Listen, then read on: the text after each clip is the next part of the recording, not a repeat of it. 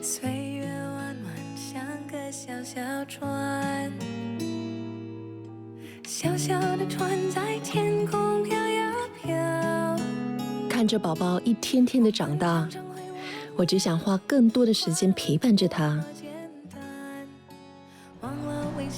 因为有了宝宝后，家变得更温暖。都在向前跑，偶尔也会累了，只要到终点，其实就很好。宝宝，也许妈妈并不完美，但我会用心绘制出属于我们的幸福之家。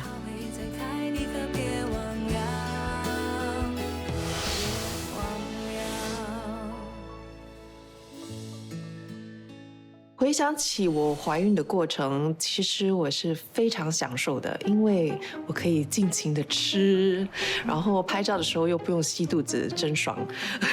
但是最开心的就是可以跟我的妹妹同时怀孕，所以我们真的是怀孕期间彼此精神上的支柱，就有很多温暖美好的回忆，因为这个是可遇不可求的一个经验。我也是希望可以把这开心的心情传递给我的宝宝，希望他会是个非常快乐、幸福的宝宝。今天我们拍最后一集了啊！那最后一集的嘉宾是谁呢？每次见到他，他都会给我非常温暖的感觉。她是我娱乐圈里最漂亮、最爱的姐姐。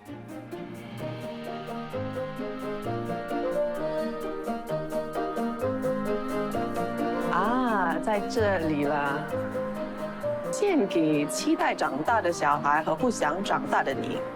OK, that's me 。进去吧。哦，哇哦！一踏进来就有一种很温馨 Wonderland、很梦幻的感觉。Hello，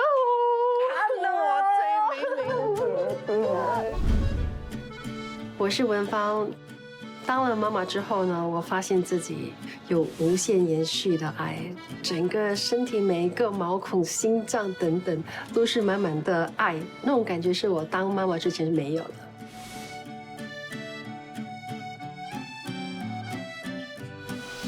为什么会带我来这个那么富有童真的地方呢？我在想你应该很累啊，所以带你来这种比较有童趣、比较可以让我们放松的一个书店，非常可爱的一个地方。而且感觉一进来就很开心了，不知道是因为这个地方，还是因为看到你。谢谢你的提。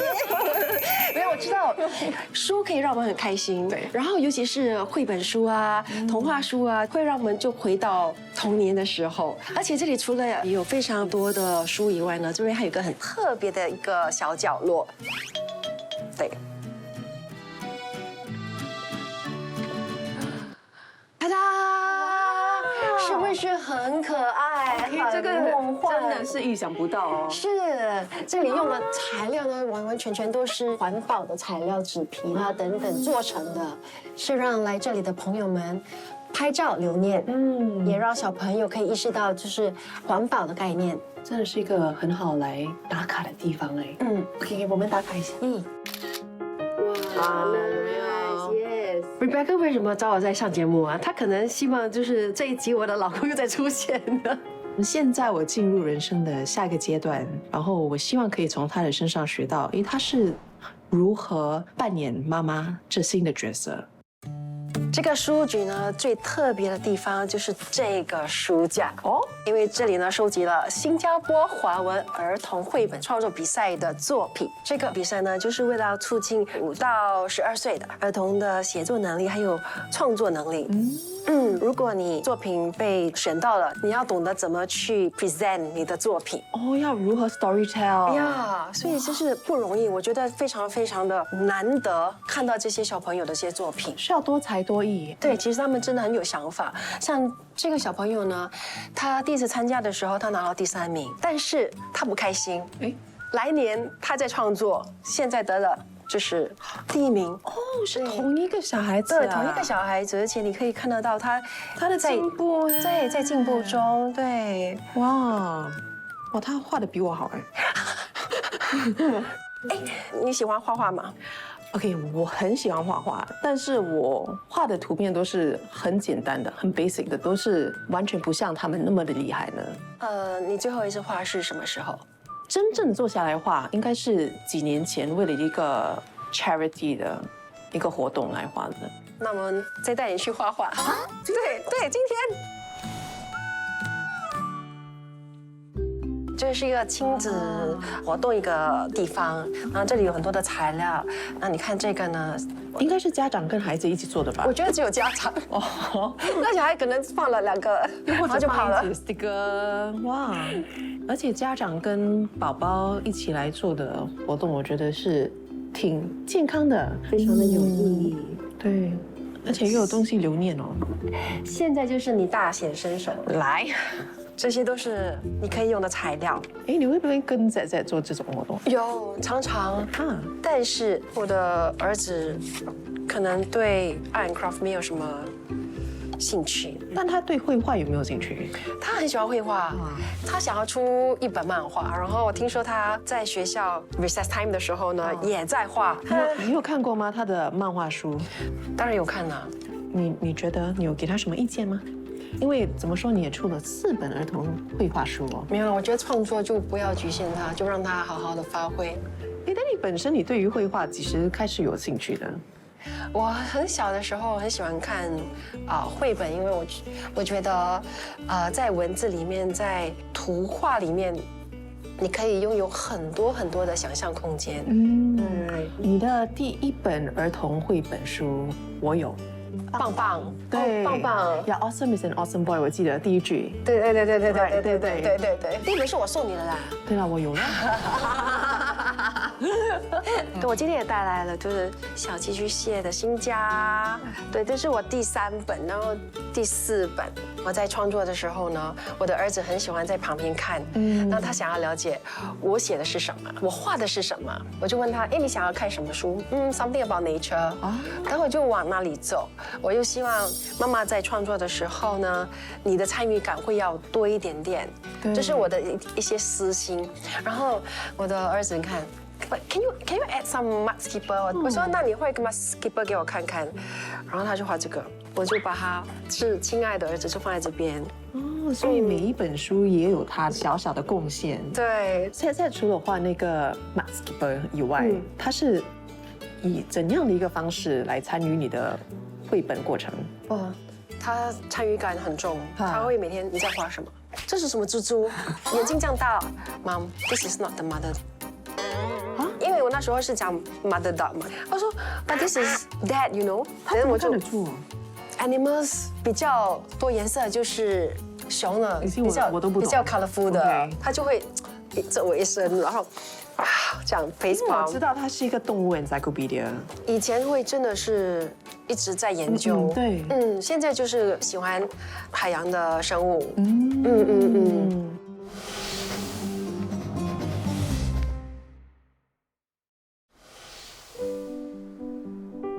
他会问我那个故事写到怎么样啦，所以我尝试把华文的绘本念给他听，然后他每次都 English。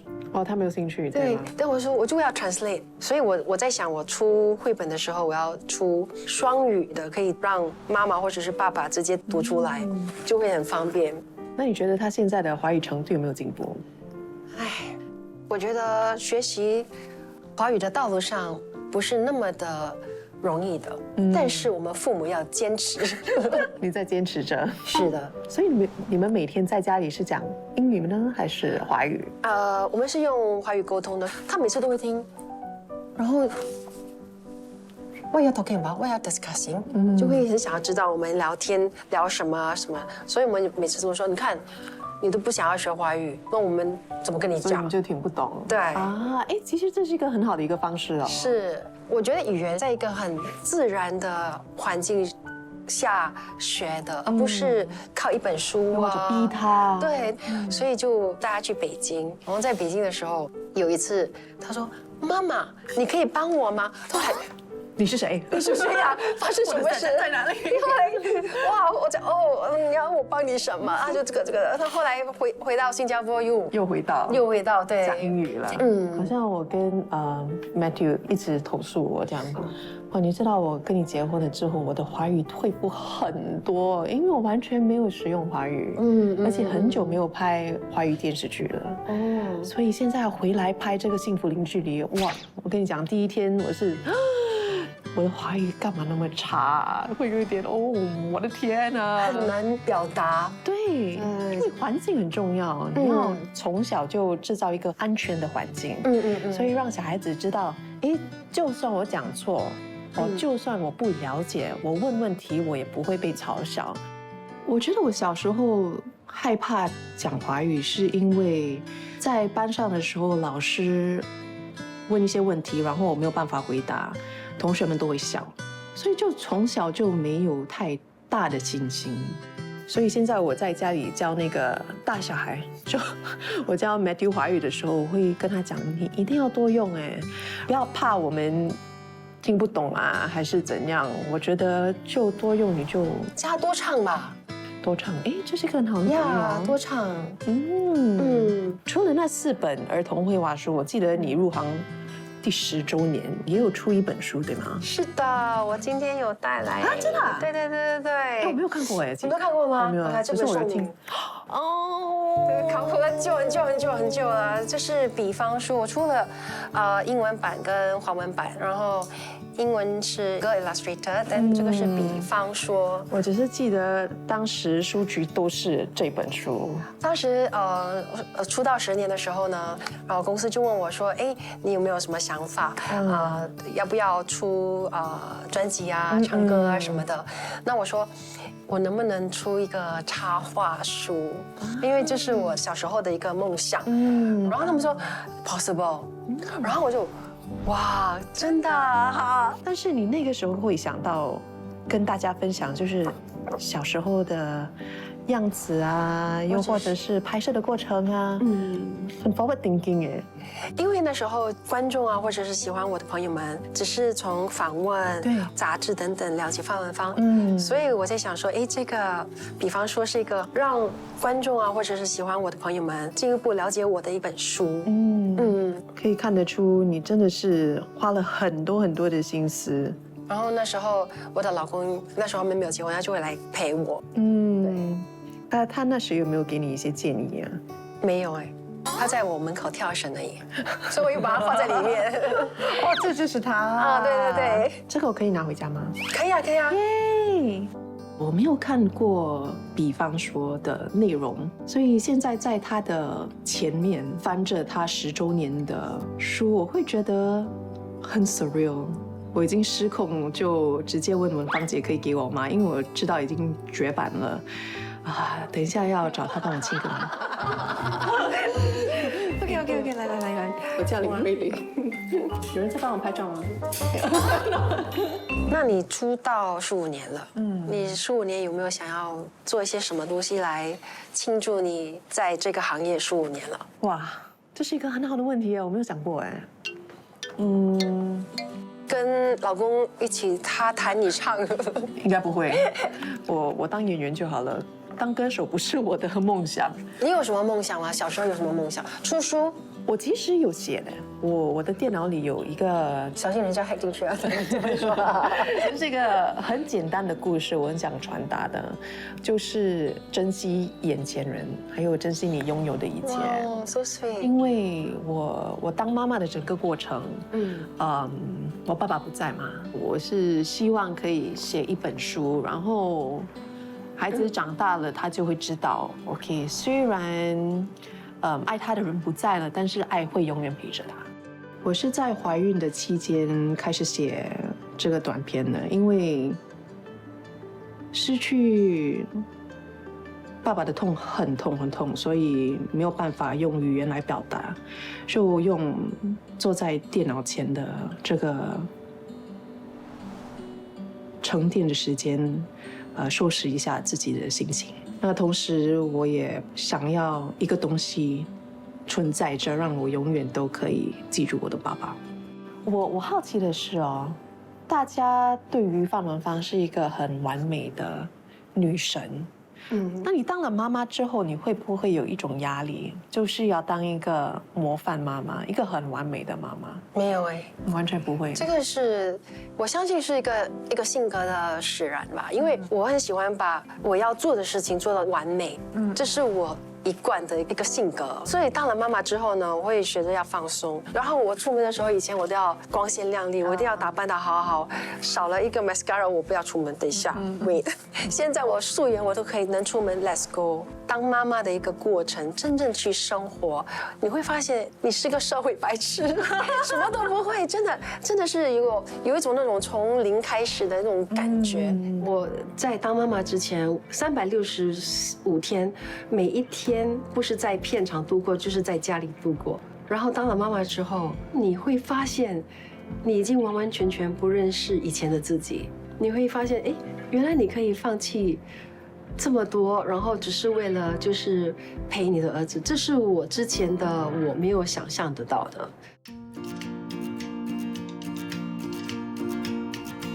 哒哒哒，这是我的简单的完成品。我希望每一个小朋友都有一个幸福的家，然后在他的世界里面都是有很多很多美丽的花。我是就很简单的，但是我觉得这是最后一集嘛，所以我的总结我是觉得幸福是可以很简单的，所以就画了一幅比较简单的图片，就是代表幸福其实是可以很简单的。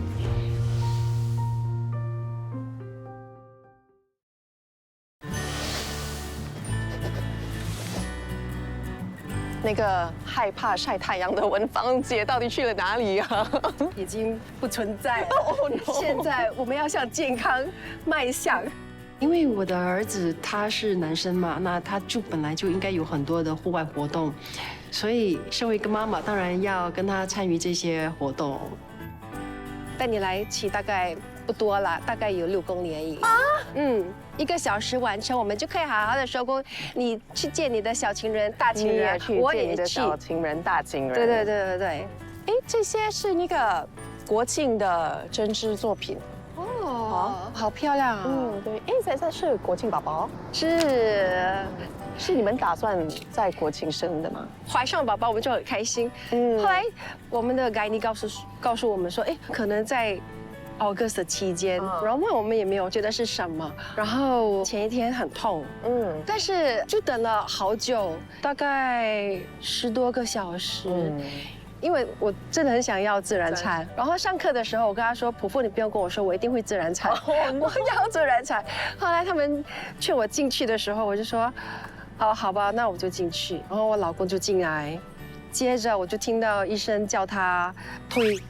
他们说自然产是妈妈推，可是剖腹的话就是爸爸推。哇！我跟你说，那个爸爸真的是很用力的在推，很用力在推，迫不及待的想要跟宝宝讲hello。真的。之后我没有去问他干嘛那么大力，反正他自己很骄傲，说我很大力的推，把我的儿子推出来。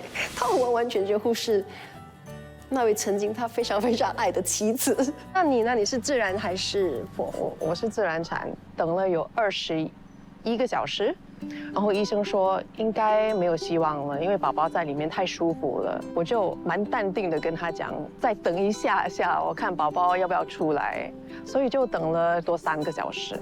3个护士就拼命的把我的宝宝推出来，很痛很痛，我真的很想放弃，我就停下来。爆哭哎！我突然间好像呀，医生就很近，护士们都很近 ，Matthew 也是有点措手不及，不懂要说什么、讲什么、做什么，我就大哭了，我就讲 OK 好了，然后我就他就出来了啊，然后他们就把它放在我的胸口上，然后医生是什么？那一刻是完全没有感觉。因为没有，因为太多东西在发生了，对吗？你在等着宝宝的那第一次的哭声，然后我记得我第一个问题问 Matthew 的是，他有10根手指吗？对，就很担心这些东西嘛，因为这些东西是你怀孕的时候没有办法真正的确认的。Matthew 有没有很开心？哇，Matthew 非常开心，他听说还要第二个是吧？对，他立刻要第二个了。然后护士啊跟医生全都笑，他们讲，Mr. Webster 你真会选时间哦，要求第二胎。好急哦。对，哎，不再讲了。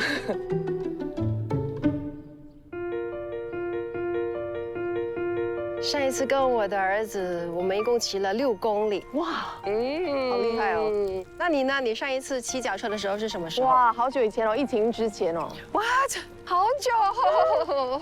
但是哈，现在我跟Matthew 去散步的时候，我看到一些小孩子跟他们的爸爸妈妈骑脚车，我是挺期待 baby 长大，然后我们一家人一起骑对不脚车。对？我们等这一天也是等了好久好久。我小时候常常跟我的妹妹和哥哥在家附近骑脚车，然后我的爸爸跟妈妈也会带我们到东海岸公园，会骑那个 double bicycle，就我爸爸在前面，然后我在后面，又或者我的哥哥在前面，我在后面的。我希望可以跟我的宝宝创造同样的童年回忆。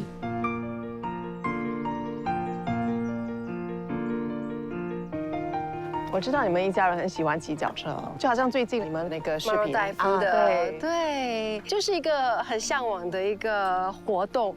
然后终于他长大了，可以跟我们一起骑脚车，所以我一定要把这个回忆记录下来。那时候在在应该才5、6岁吧，我也忘了。但是他非常非常的棒，就是他一直不停的往前走。我们说你带着我们，他也非常的愿意，就是走在前头。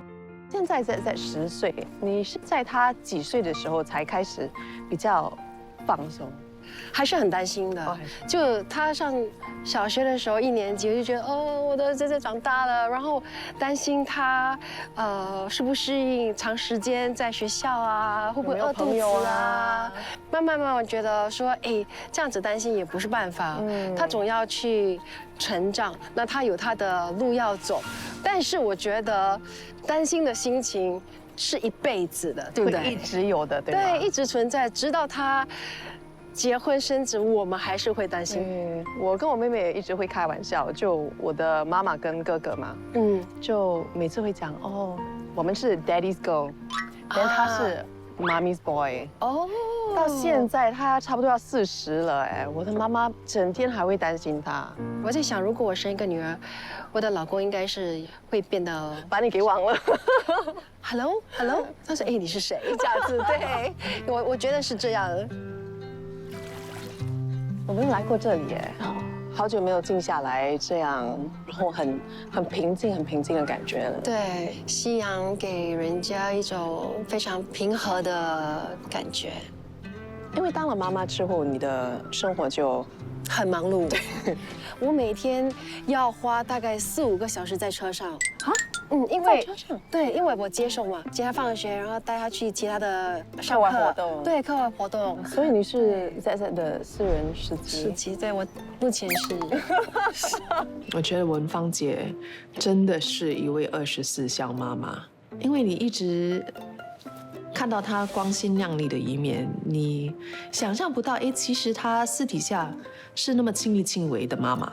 所以你会不会觉得当了妈妈之后，你大多数的时间都是用来陪伴孩子的？那肯定的。因为最主要的，我的老公常常不在新加坡。起初我又想扮演着父亲的角色，然后要扮演妈妈的角色，然后要扮演职场上的角色，所以就是真的是很忙。所以离开他太久了，我就很不舒服。我知道，因为我们出去吃晚餐的时候，你9点就 OK， 拜拜，回家了，我要回去陪我的儿子了，再见。所以没有你的话，他是不可以睡觉的吗？好像之前我从北京回来，我说妈妈到家的时候呢，就已经是将近要12点了。你先睡，爸爸陪你睡。结果他真的不要睡，然后一偷偷打开门，他就马上从那个被里，妈。从小就是这样，他会一直要等我，然后他知道我，已经在洗澡了什么，就要最快的速度，然后上床，他已经睡着了。可是我一上床的那瞬间，他会摸一下，OK，他就睡。所以你就是儿子的臭臭，儿子要闻到你，他才睡得着哎，对不对？那你呢？你是你儿子的臭臭吗？暂时应该是吧。啊，我暂时其实不是哎，可能是因为宝宝前2个月我没有经常抱他的原因，所以他入睡的时候其实不需要我在他身边。哇，好好哦。前几个星期会觉得，哎，为什么我的宝宝好像不黏我？但是现在会觉得，哎，其实是一件好事哎。因为我可以有自己的一个小生活，又或者是如果要拍摄拍到很迟，你就不会担心。你的想法很健康，对，因为之前我的宝宝很小的时候，我就出国，我们要去拍真人秀，然后我要去7个不同的地方，所以一走就要走大概5天到1个星期。啊，有一阵子都是我妈陪他睡，然后我回来的时候，妈妈回来了，然后他看着我妈。然后我妈说拜拜，她就哭，我就不行了，我就会妒忌。我说为什么我好像没有尽到做母亲的责任？为什么我的儿子竟然要我妈妈而不是我？对，从那天开始我说，等一下其他的工作，我要先陪我的儿子。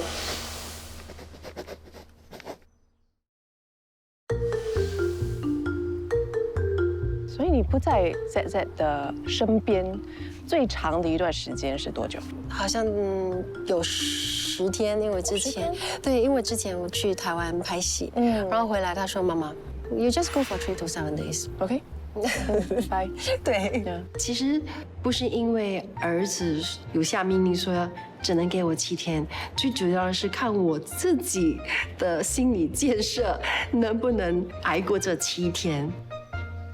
那你呢？你最长时间可以离开儿子多久？目前是3天，3天我出国参加一个活动。那你很想他吗？其实我有点内疚哎，我玩得挺开心的，因为那个时候我的宝宝才4个月大，起初是有点担心，他在新加坡的奶够吗，还是怎样，就比较 logistics。但是我一飞去泰国的时候，可能也是因为跟我的好朋友们一起飞，有一小小的空间让我休息一口气，是好的。当时我没有太想念我的宝宝，但我不知道为什么现在越来越想他了，就渐渐的越来越有母爱的感觉。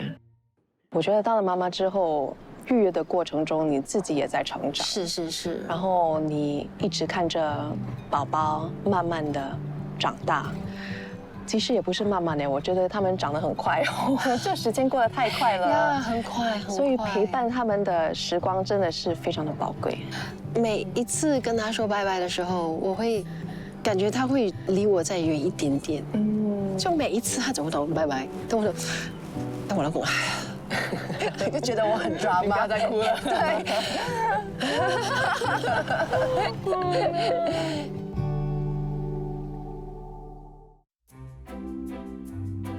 文芳姐，我知道你非常喜欢艺术，也非常喜欢画画，对吗？所以今天就特地安排你来一间非常漂亮的画廊。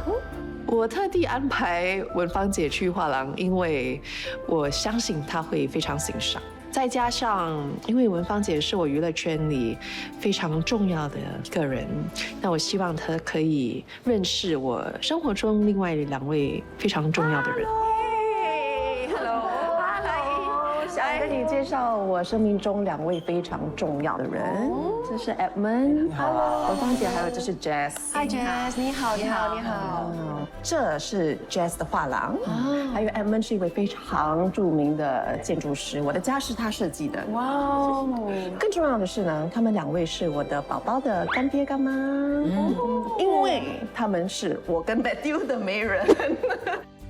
其实上个系列我不想公开我和 Matthew 是相亲认识的，因为我觉得很丢脸哎，就很害羞嘛。但现在我觉得，哎呀，都已经是妈妈了，我们都已经有孩子了，还害羞什么？哎呀，你想说什么就尽管分享吧。你为什么会介绍 Matthew 给Rebecca 呢？因为之前我跟 Sean 在聊天的时候，化妆师，对，哦就想跟这个美女大美女女神你不要这样讲我，你才是女神。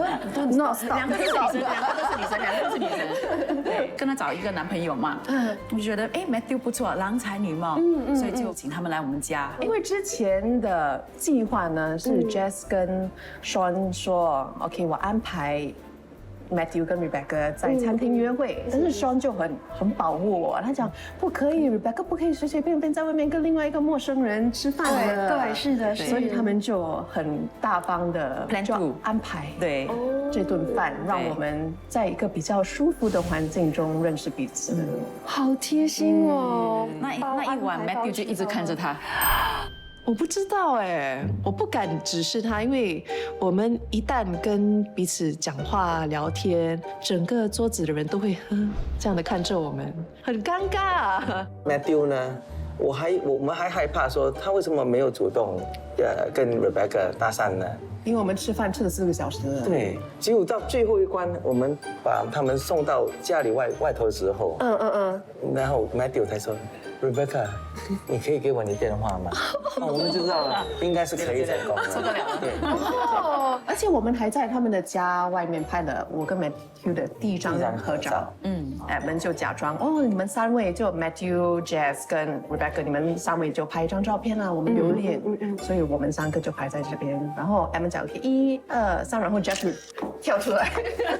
当他们分享我们相亲的过程，好像感觉是非常遥远的一件事情，就好像带我回去我们刚开始拍拖的那种甜蜜的感觉。我现在非常感恩有媒人的出现，让我在对的时间点遇到对的人。看画的时候就会非常非常的开心，心情非常的愉悦。你呢？你喜欢看画吗？我喜欢，我觉得看画又或者那个艺术品的时候，你的感觉是什么？因为每个人都不一样的嘛。是，就好像相亲这样，每个人看到对方就有一种不一样的感觉。对，这4幅呢是我们本地的书画家，林子平的作品。他今年103岁了，他还在继续画哎，还在画吗？我觉得很了不起，是我们的新加坡的骄傲。是，但你最近有参与一个艺术展览会，对吗？你是怎么会有参与的机会呢？它是一个主题展，从外国延伸到这边，然后他们也希望就是在新加坡的展览中，代表性的新加坡的女艺人可以在里面，所以就是非常的荣幸能够参与这个展览，这个也是很特别。哎，这些画应该是比较像旅游风格的吧？好，不敢当，不敢当，他们的是专业的。如果说用一个很搞笑的，这些就是国宴，我的是家常便饭。不准这么说你自己啊！有了。然后这边也是有蛮多我喜欢的画，好可爱，很特别的艺术品。刚刚看到的时候，我还没有反应过来。林慧玲，我还以为真的有她的案放在那边，然后我就看，哎，为什么有一张图就妈妈跟儿子？我说，哎，好奇怪，是她画的吗？好熟悉的画面。哒哒哒哒，这是给你的一个小小的惊喜，因为你第一系列有给我一个wedding cake 嘛。我想要送你一个结婚蛋糕，因为我觉得结婚是一个人一辈子最幸福的事情。对对对。我一直在观察你，因为你每天都拿着一个非常大的水壶，拼命的在喝水。我希望可以给你这个礼物，然后你可以随时把 Z 带在身边。哦，so cute， Z， 你看。Rebecca 送我那个热水壶的时候呢，我觉得非常的贴心，因为那张图是我跟我儿子在拍封面的，就让我马上又闪出很多儿子小时候的一些画面。今天为你特别安排的迷你画展，你满意吗？非常非常的满意，谢谢你让我可以沉浸在一个非常有艺术气氛的一个环境里面。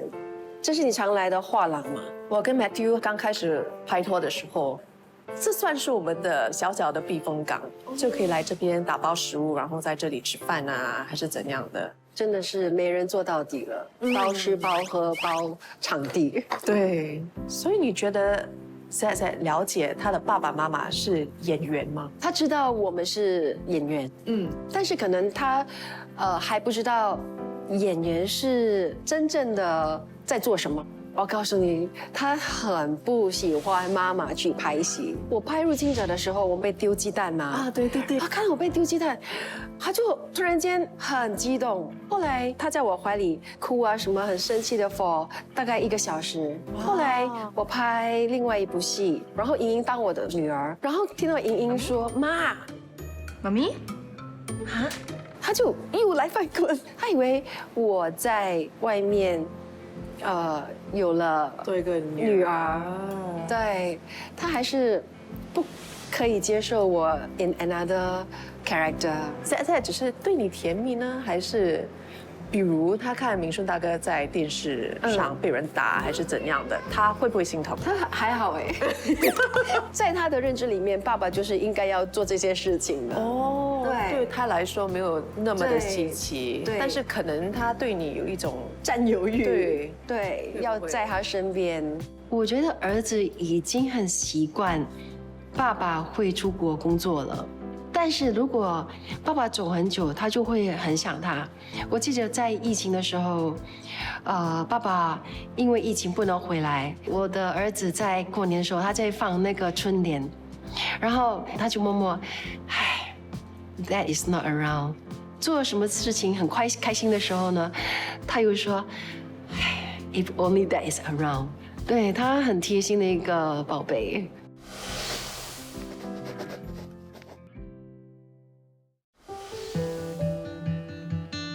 现在10岁了，那整个育儿过程中哦，你跟明顺大哥会不会有一些就想法上的差距？当然肯定有磨合期的。刚刚开始的时候也是吵得特别的凶，就比如那时候我记得儿子很喜欢去超市摸很多的东西，可是我的老公就会很紧张，他就说不行，他摸了刚才那个东西，那个东西有化学的那个成分，所以我们一定要把他手擦干净。然后我觉得没什么，所以就觉得是反而是他变得比较紧张。对，所以有不同的理念，但是我觉得在争执的过程中会加进彼此的感情，为什么呢？因为会更了解对方的想法。我跟 Matthew 就其实也蛮多争执的。突然生了孩子，我觉得我变成另外一个人了，就开始有点凶，然后一看不惯我就直接说。比如他晚上吃宵夜啊，吃面包，隔天早上我会看到那些面包的 crumbs 在桌子，又或者在地上。然后我们在拍拖的时候，又或者刚结婚，我会 OK 帮他打扫一下。但有了孩子之后，我是故意把这些 crumbs 留住，就故意的讲，昨天好像有老鼠进来，不知道为什么整个厨房都很乱，不知道老鼠吃了什么，你进去看吧。他就会快点收拾，然后讲，没有啊，没有老鼠啊，很乱吗？没有啊。So sweet， 你这样子还是很甜啊。虽然争吵的比较多，但是我觉得感情比较坚强。我的妈妈就讲，夫妻之间有什么事情就好好的聊，好好的谈，千万不可以生彼此的气，然后睡觉，然后隔天还是继续的生气。其实我觉得我们夫妻吵架最紧张的是我们的孩子。你妈也说的对，就是床头吵床尾和，就可能就是为了那个家庭的那个氛围，让孩子们有一个比较轻松的一个环境，不然他们会觉得说是他们的错。那往下走，你们有没有当时考虑再生多一个？有啊，常常都想啊，就是老天爷就是只给我们一个。让非常宝贵的，对，像我的儿子，他很喜欢有一个妹妹，这个愿没有实现，他就买了一个兔子，他说这个就是我妹妹。然后他上了小学，他就到处跟人家其实我有一个妹妹。然后每个人放学出来 ，Mrs. Lee that say he has a sister。然后我说没有。然后我就说你怎么跟人家讲你有一个妹妹，然后没有澄清你的妹妹是兔子。然后他就很得意。有一个儿子，我真的已经非常的满足。然后我的老公会一直讲，我们几时打算，再计划第2胎，因为 Matthew 是独生子，所以他就会觉得独生子其实很寂寞。我也是了解为什么你的老公会这么想，因为我家里都是很热闹的，我也希望就是我的孩子能够感受到家庭热闹的一个气氛，因为我也是担心说，哎呀，他一个人会不会有点寂寞？但是我的老公他就说我们随缘，后来现在就好啊，随缘，真的随缘。但是你会不会担心工作这方面到底怎样呢？毕竟你花了很多年来经营这个生活的这一部分。我不会说会担心，但是有时候我会觉得说，我好想去拍，但是我不行。就那时候有一点点小小的失落。但是我觉得每一个事情都要有一个牺牲，才会有一个价值的存在。之前我把所有的时间都放在工作，你现在有一个宝宝，让我所有的那个集中力都往他身上走。这几年的一个阶段也是一个很好的沉淀，所以我觉得只要我开心，我尽情的享受我的每一个阶段就 OK 了。所以你现在每次都会在家里照顾宝宝，对不对？是的。你有没有错过他任何的一个阶段？哇，有些阶段有错过哎。他第一次爬的时候我也错过，因为我拍《幸福零距离》。谁的问题？现在是？但是还好，我妈妈在场，然后她拍了一个视频给我，然后她开始自己站起来，我有在现场。我觉得那一刻真的很兴奋，但是可怜的是 Matthew， 因为他几乎都错过了。对啊。但是我会第一时间发视频给他。你会所谓的牺牲你的事业吗？我原本以为其实我2方面都可以找到一个很 sweet spot， 一个很好的一个平衡点。但是现实生活中，我觉得其实是非常的难。人生就是这样，对，你必须得在不一样的人生阶段做出不一样的人生的选择。对，其实工作还是重要，但是工作的重要性在我的心里。那个位置已经被我的宝宝取代了。对，因为你有了一个身份叫妈妈。之前香萍姐、向云姐，还有现在文芳姐都鼓励我 listen to your heart， 不要去想那么多，不要有太多的顾虑。我一定会听他们的话，因为我开始相信妈妈的直觉永远是最对的。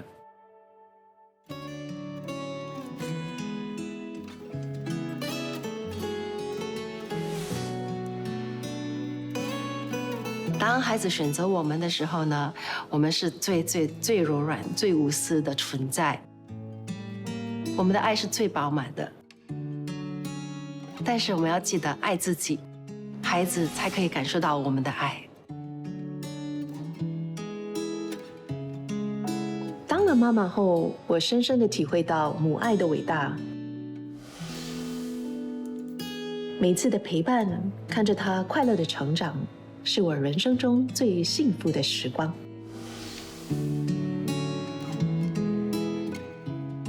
希望大家可以继续幸福零距离。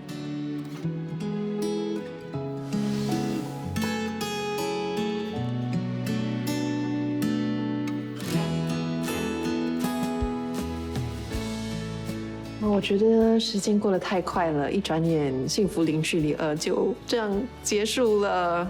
我也没有想到我会那么舍不得。或许是因为从这个过程中，我觉得我成长了。